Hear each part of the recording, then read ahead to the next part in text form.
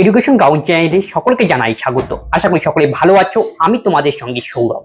আজকে আমরা বায়োলজির একটি গুরুত্বপূর্ণ অধ্যায় ভিটামিন নিয়ে আলোচনা করব। এর আগে আমরা বায়োলজির একাধিক ক্লাস পেয়েছি, পৌষ্টিকতন্ত্রের উপর ক্লাস করানো রয়েছে, মুখোশ, সেল, তারপরে কলা সংক্রান্ত বিভিন্ন ক্লাস রয়েছে, আমাদের যা প্লেলিস্টে দেওয়া রয়েছে, তোমরা সেই ক্লাসগুলি দেখতে পারো। আশা করি সেগুলি আসন্ন আরআরবি গ্রুপ ডি এবং এনটিপিসি যে পরীক্ষা রয়েছে সেই পরীক্ষায় হেল্পফুল হবে। তবে আজকে দেখো ক্লাসে কি কি রয়েছে। ভিটামিন পড়তে গেলে বেশি কিছু আমাদের ভাগ জানতে হবে, যেমন মাইক্রোনিউট্রিয়েন্ট আর ম্যাক্রোনিউট্রিয়েন্ট। মাইক্রোনিউট্রিয়েন্ট মানে কি, যেই উপাদানটা আমাদের দেহে কম পরিমাণে প্রয়োজন সেটাকে বলা হয় মাইক্রোনিউট্রিয়েন্ট। আর ম্যাক্রোনিউট্রিয়েন্ট মানে কি, যে সমস্ত উপাদান আমাদের দেহে সবচেয়ে বেশি পরিমাণে প্রয়োজন সেটা হলো ম্যাক্রোনিউট্রিয়েন্ট। তাহলে নিউট্রিয়েন্ট মানে হলো পুষ্টি পদার্থ। পুষ্টি পদার্থকে দুটি ভাগে ভাগ করা হয়, মাইক্রোনিউট্রিয়েন্ট আর ম্যাক্রোনিউট্রিয়েন্ট। মাইক্রো মানে স্বল্প মাত্রিক, স্বল্প প্রয়োজন, স্বল্প, আর ম্যাক্রো মানে অতি পরিমাণে প্রয়োজন, বেশি পরিমাণে প্রয়োজন, সেটা অতিমাত্রিক। এই মাইক্রোনিউট্রিয়েন্টের আবার দুটো ভাগ রয়েছে, এটা হলো ভিটামিন আর মিনারেল মানে বিভিন্ন ধরনের খনিজ লবণ, যেমন এফি হতে পারে। আর যে অতি ম্যাক্রোনিউট্রিয়েন্ট রয়েছে তাকে চারটা ক্যাটাগরিতে ভাগ করা হয়, সেটি হলো কার্বোহাইড্রেট, ফ্যাট, প্রোটিন, ওয়াটার। এই সমস্ত উপাদানগুলো আমাদের বেশি পরিমাণে প্রয়োজন, তাই অতিমাত্রিক উপাদান বলা হয়। কার্বোহাইড্রেট আমরা কি ভাত খাতের মধ্যে পাই। কার্বোহাইড্রেট থেকে আমরা এক গ্রাম যদি কার্বোহাইড্রেট যদি করি 9.3 কিলো ক্যালোরি কি শক্তি অর্জন হয়। এটা নিয়ে পরে আলোচনা করবো। ফ্যাট থেকে আমরা শক্তি পাই, প্রোটিন, এরাই আমাদের মেনলি দেহের কাজ করতে সাহায্য করে। আমরা আজকে পড়বো তাহলে কি মাইক্রোনিউট্রিয়েন্ট দুটো ভাগ, ভিটামিন এবং মিনারেল। মিনারেলের মধ্যে তো আজকে আমরা আলোচনা করবো না, আমাদের মেইন আলোচনা আজকে বিষয় হবে ভিটামিন। তাহলে ভিটামিন পড়তে গেলে প্রথমে জানতে হবে ভিটামিন জিনিসটা আসলে কি। ভিটামিন হলো এমন একটা উপাদান আমাদের দেহে প্রয়োজন যা মেনলি আমাদের শক্তি উৎপন্ন করতে সহায়তা করে না, যার প্রধান কাজ হলো রোগ প্রতিরোধের ভূমিকা পালন করা। এছাড়া আমাদের বিভিন্ন পুষ্টি দিতে পারে, কিন্তু মেইন কাজ হলো এর রোগ প্রতিরোধে গুরুত্বপূর্ণ ভূমিকা পালন করা। এটা মাথায় রাখবে, পরীক্ষার ডেফিনেশন আকারেও কোশ্চেন জিজ্ঞেস করতে ভিটামিনের মূল কাজ কি। এই ভিটামিনকে আমাদের গ্রোথ ফ্যাক্টর বলা হয়। 1912 খ্রিস্টাব্দে বিজ্ঞানী ক্যাশমির ফ্র্যাঙ্ক ভাইটামিন যে নামকরণ করেন, তখন আমরা কি ভিটামিন বলি, কিন্তু তিনি যে নামকরণ করেছেন তার নাম ছিল ভাইটামিন। এটা কিন্তু মাথায় রাখবে, পরবর্তীতে এটাকে ট্রান্সফর্ম করে লেখা হয়েছে ভিটামিন। ভিটামিনকে প্রধান দুটো ক্যাটাগরিতে ভাগ করা হয় দ্রবণীয়তার উপর নির্ভর করে। একটা হলো জলে দ্রবণীয়, একটা হলো ফ্যাটে দ্রবণীয়। ফ্যাটে দ্রবণীয় ভিটামিনগুলি হলো এ, ডি, ই, কে, এবং জলে দ্রবণীয় ভিটামিন হলো বি কমপ্লেক্স এবং ভিটামিন সি। তাহলে এ, ডি, ই, কে ফ্যাটে দ্রবণীয়। পরীক্ষায় তোমাকে কিভাবে কোশ্চেন জিজ্ঞেস করবে, চারটা অপশন দেওয়া থাকবে, বলবে নিচের কোন ভিটামিনটি ফ্যাটে দ্রবণীয়, নিচের কোন ভিটামিনটি জলে দ্রবণীয়, এইভাবে কোশ্চেন জিজ্ঞেস করবে। তাহলে মনে রাখার ট্রিক কি, কিভাবে মনে রাখবো কোনটা ফ্যাটে দ্রবণীয় কোনটা জলে দ্রবণীয়, এটা মনে রাখার জন্য সহজভাবে মনে রাখো ডেকা। তাহলে ডেকা মানে মনে রাখবে ফ্যাটে দ্রবণীয়, এইভাবে তোমার টিক করে মনে রাখো। তাহলে বাকি থাকলো কি বিসিপি, তাহলে বিসিপি হবে জলে দ্রবণীয় ভিটামিন। তাহলে এ, ডি, ই, কে, আমি প্রত্যেকটা ভিটামিনের একটি রাসায়নিক নাম রয়েছে, সেই রাসায়নিক নামগুলি পরীক্ষা তোমাকে ডাইরেক্ট জিজ্ঞেস করবে, এই জন্য প্রত্যেকটা রাসায়নিক নাম মুখস্থ করা জরুরি, এই জন্য প্রত্যেকটা লিস্ট আমরা একবারে দিয়ে দিয়েছি। ভিটামিন এ রাসায়নিক নাম হলো রেটিনল। ভিটামিন ডি রাসায়নিক নাম calciferol. Vitamin E tocopherol. Vitamin K phylloquinol. Vitamin C রাসায়নিক নাম ascorbic acid. Vitamin B one thiamine. B two riboflavin. B five pantothenic acid. বি6 হলো পাইরোডিক্সিন। বি7 biotin. Vitamin B nine folic acid. আর বি12 হলো কোবোলামিন। আরেকটা ভিটামিন বাদ চলে গেছে, সেটা হলো ভিটামিন বি3 রাসায়নিক নাম হলো নিয়াসিন।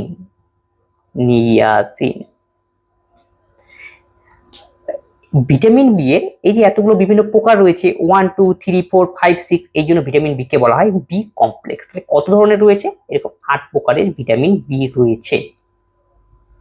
এখন আমরা পড়বো প্রত্যেকটা ভিটামিন আমাদের কি কাজ করে এবং কোন কোন খাবারের মধ্যে পাওয়া যায়, আর এর অভাবে কি রোগ হয় পরীক্ষায়, সেখান থেকে আমাদের মেইনলি কোশ্চেন জিজ্ঞেস করে। প্রথমেই আমরা আলোচনা করব ভিটামিন এ নিয়ে। ভিটামিন এর যে কোনো ভিটামিন তোমাকে যদি পড়তে বলে তার রাসায়নিক নাম অবশ্যই তোমাকে পড়তে হবে।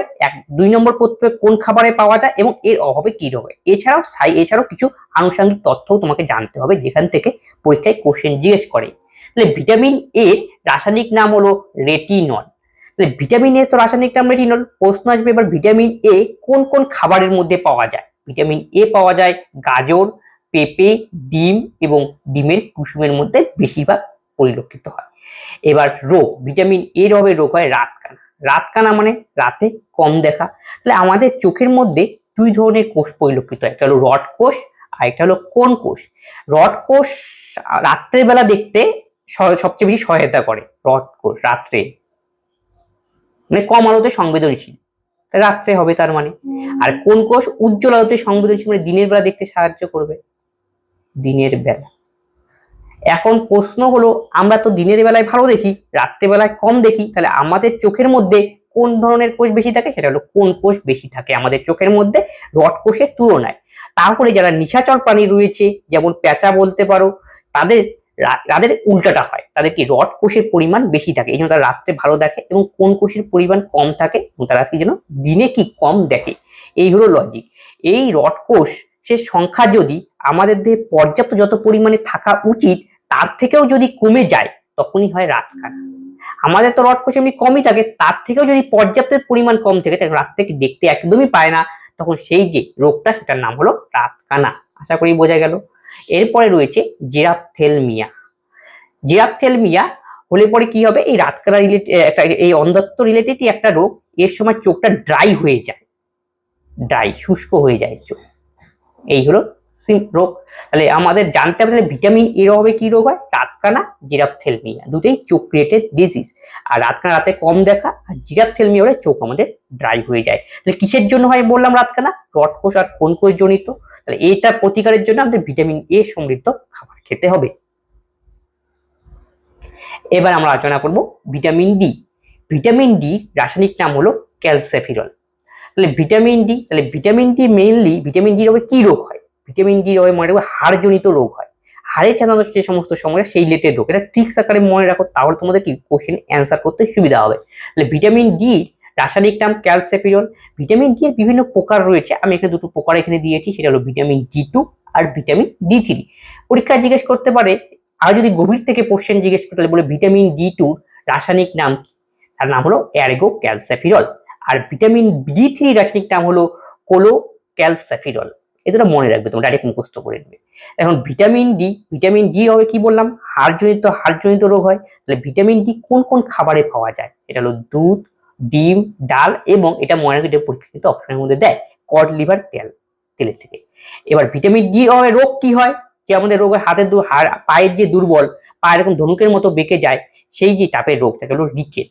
রিকেট সাধারণত ছোটদের ক্ষেত্রে বলা হয়, বড়দের ক্ষেত্রে এটাকে বলা হয় অস্টিওম্যালেসিয়া। অস্টিওম্যালেসিয়া,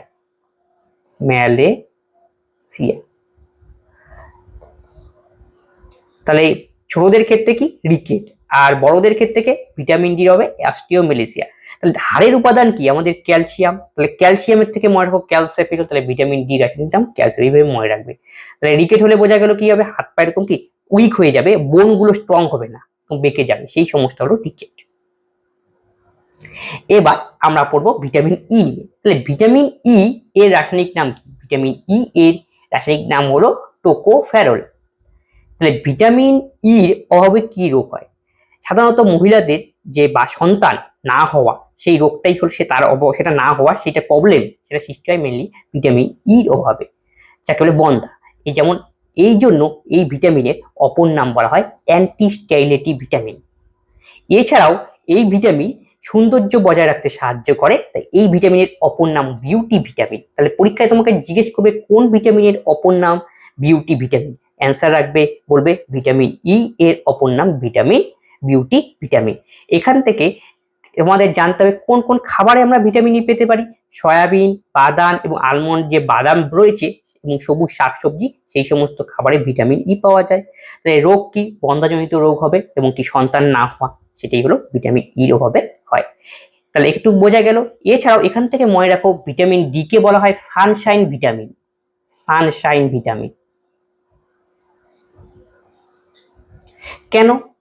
কারণ কি? ভিটামিন ডি আমাদের দেহে রয়েছে সেটা সংশ্লেষিত হয় সূর্যের আলোর সাহায্যে। সূর্যের আলোতে ভিটামিন ডি পাওয়া যায় না, সূর্যের আলোর সহায়তায় আমাদের স্কিনের মধ্যে এই ভিটামিন ডি সংশ্লেষিত হয়।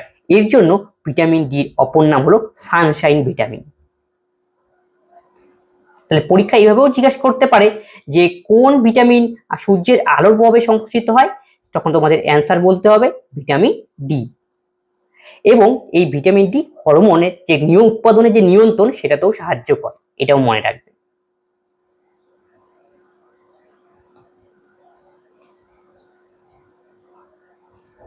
তাহলে আমরা ভিটামিন ডি এবং ভিটামিন ই পড়লাম।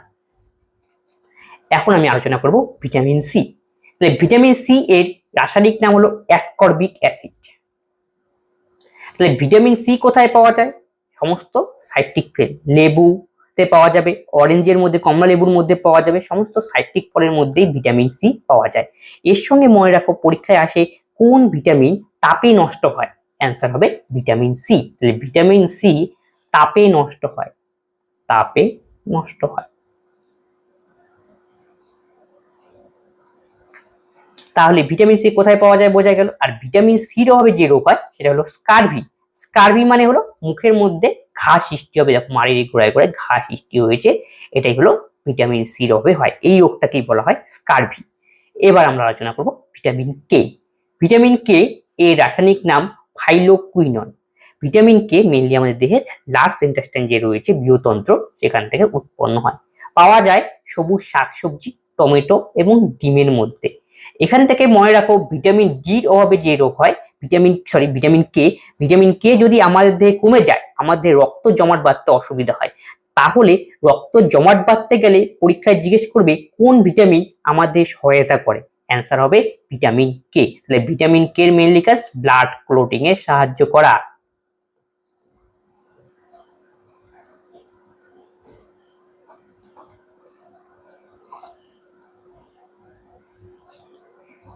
বি1। এবার আমরা বি কমপ্লেক্স যে রয়েছে ভিটামিন, সেই ভিটামিন গুলো নিয়ে আলোচনা করব। তাহলে বি1 এর রাসায়নিক নাম হলো থিয়ামিন। বি1 এর অভাবে কি রোগ হয়? বি1 এর অভাবে রোগ হয় বেরি রোগ। এবং বেরি রোগ হলে যে সিমটমটা পরিলক্ষিত পরীক্ষা সেটাও জিজ্ঞেস করতে পারে। বি1 এর অভাবে বেরি হয়। বেরি হলে কার্ডিও যে ভাস্কুলার সিস্টেম আমাদের সংবহন করা, সেটা সংবহনের প্রক্রিয়া সেটা এফেক্টেড হয়। এবং সবচেয়ে বেশি এফেক্টেড হয় আমাদের নার্ভাস সিস্টেম, সেটা তোমরা মনে রাখবে। তাহলে বেরিও হবে কি হয়? নার্ভাস সিস্টেম মানে স্নায়ুতন্ত্র আমাদের এফেক্টেড হয়। এটা হলো মেইন দুইটা সিমটম বেরি। তাহলে বেরি কোন ভিটামিনের অভাবে হয়? Answer B. বি এর কোন ভাগ? বি এর 1। তাহলে বি1 এর হয় বেরি। তাহলে কোন কোন খাবার খেলে আমরা ভিটামিন বি1 পেতে পারি? সেটা হলো পলিশিং রাইস। আরো আছে একাধিক, এটা পরীক্ষার অপশনের মধ্যে থাকে যেই সমস্ত, সেগুলি আমি এখানে উল্লেখ করেছি। এবার হলো ভিটামিন বি2। ভিটামিন বি2 রাসায়নিক নাম হলো রাইবোফ্লোভিন। কোনো ভিটামিন রাসায়নিক নাম ছাড়াও এক্সট্রা একটা নাম দেওয়া থাকে, যাকে বলা হয় অপর নাম। তাহলে ভিটামিন বি2 এর অপর নাম হলো ভিটামিন জি। দুগ্ধ এবং দুগ্ধজাত খাবারের মধ্যে ভিটামিন বি2 পায়। আর পরীক্ষায় আমাদের মেইন প্রত্যেকটাই পড়তে হয় ভিটামিন বি2 হবে কি রোগ হয়? ভিটামিন বি2 হবে চিলোসিস। চিলোসিস মানে যে ঠোঁটের গোড়ায় গোড়ায় যে ঘা হওয়া, সেটাই হলো চিলোসিস রোগ। এটা ভিটামিন বি2 এর অভাবে হয়।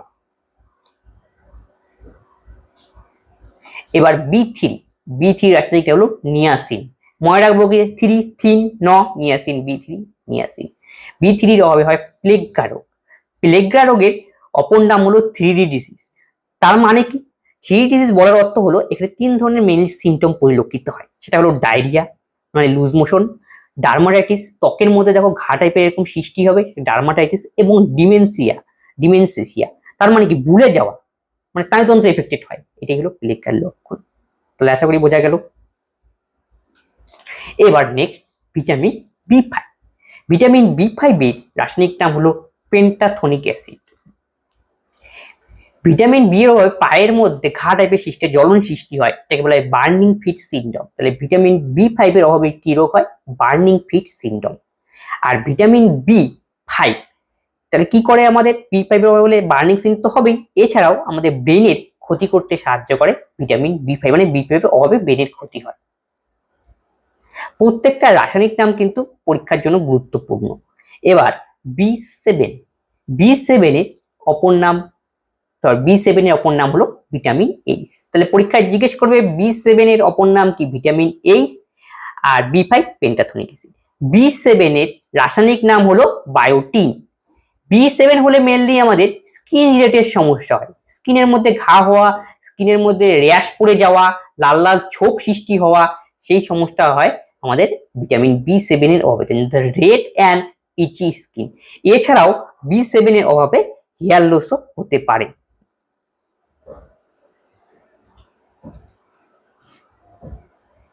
এবার বি9 এর রাসায়নিক নাম হলো ফলিক অ্যাসিড। তাহলে B9 এর রাসায়নিক নাম ফলিক, আর B9 এর অপর নাম ভিটামিন এম। এর কাজ কি? এর কাজ 1 নম্বর, এটা হলো মহিলাদের ক্ষেত্রে যারা প্রেগনেন্সি অবস্থায় থাকে তখন যে ভ্রূণের বৃদ্ধি করবে, সেই ভ্রূণটার যে মেমোরি তৈরি করা, নিউরাল গ্রোথ হওয়া, সেটাতেই সাহায্য করে ভিটামিন B9। তার মানে কি, স্নায়ুর যে কোষগুলো রয়েছে বা মস্তিষ্কের নির্মাণ ভ্রূণ অবস্থায় থাকালে প্রেগনেন্সি টাইপে, তখন সেটা গঠনে সাহায্য করে ভিটামিন B9।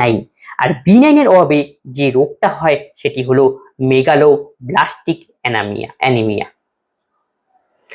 আর এই যে মেগালোব্লাস্টিক অ্যানিমিয়া মানে কি, রক্তাল্পতা, রক্তে লোহিত রক্তের সংখ্যা কমে যাওয়া। কিন্তু মেগালোব্লাস্টিক অ্যানিমিয়ায় কি হয়, লোহিত রক্তকণিকার যে আকার রয়েছে সেই আকারটা পরিবর্তিত হয়ে যায়, চেঞ্জ হয়ে যায় শেপটা, সেটাকে বলা হয় এই রোগ।